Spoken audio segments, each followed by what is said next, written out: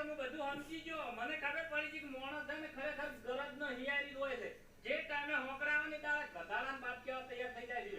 કેડે કેડે ભમતો હોય છે. આજે નાયવા વાત કરો રૂપિયા હોય કે લઈ જાય પેટ્રોલ વાત કરો તો કોણ જરા ₹100 કીધા હોત તો હોના બહી આલો.